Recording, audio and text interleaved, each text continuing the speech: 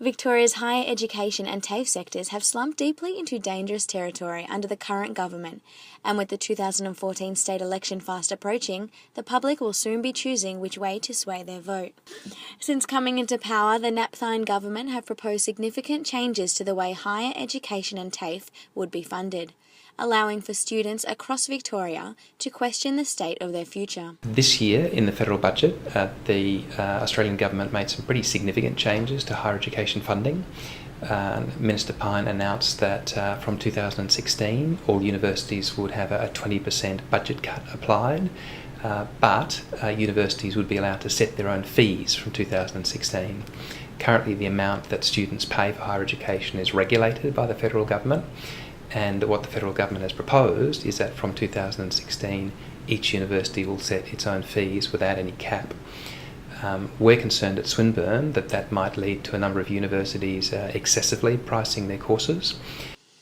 By privatising the HECS help system, the interest rate on student loans will raise to about 6%. With a reduced income threshold, students will have no guarantee of finishing their degree before having to pay back this debt. Because nobody knows right now what universities might raise their fees to if the current policy settings change. Some people have predicted that fees could go up by 50%. Some people have predicted that fees could triple. So it's quite difficult at the moment to predict where the market might land in a year or two's time. We do know that under the changes that have been proposed, students will pay back their debt at a higher rate of interest. That means that the debt that they graduate with will grow quicker, and that's particularly a worry for some graduates, particularly women, who might enter and leave the workforce many times over their careers, and so could end up with a larger debt and a longer time to pay it back. Due to this potential rise in fees, students are now faced with issues such as postponing their future goals because of the large debt they will graduate with. Assuming no time has been taken off throughout their career, students could be looking at a possible $6,000 to $10,000, if not more, added to their studies, which could take up to 20 years to pay off. I'm currently studying a business degree and I'm attempting to pay my HECS off as I go, as well as living independently. As a result, I am working 2 jobs. Ultimately, when I graduate, I'd like to open my own business, but I don't see that being possible if I graduate with a $50,000 debt. TAFE students are feeling the heat too, with many students who see vocational education as an alternative, fearing that they will not be able to afford the study at all.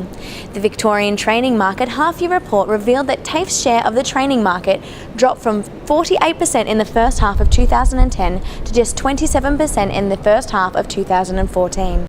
Well, a few years ago, when it was Baillieu as Premier, there were quite dramatic cuts to TAFE funding, such that the number of classes was dramatically slashed that were offered because of the subsidies from the state government. Made a lot of them, when they disappeared, made a lot of them unviable. That's actually a bit of an election campaign issue in this state election, coming up with the Labor Party promising to restore funding to TAFE. We don't want to see TAFE run down, but the Napthine government has cut $300 million a year, each year, almost $1 billion so far out of TAFE, and it's no surprise that TAFEs are now struggling to make ends meet. It paints a very bad picture for TAFEs. Our TAFEs are in a very serious position and finding it very difficult to provide the high quality education and training that they have to Victorian people for many years. Even employers are being affected with their educational funding being cut for their apprentices. I'm from Brickco Construction. Since the government's cut incentive grants for the apprentices, it's been hard to attract young, new apprentices to the trade. With the future of Victoria's higher education and TAFE sectors at stake, the state election could see a number of students voting against the Napthine government. kmizziMTS, Swinburne University.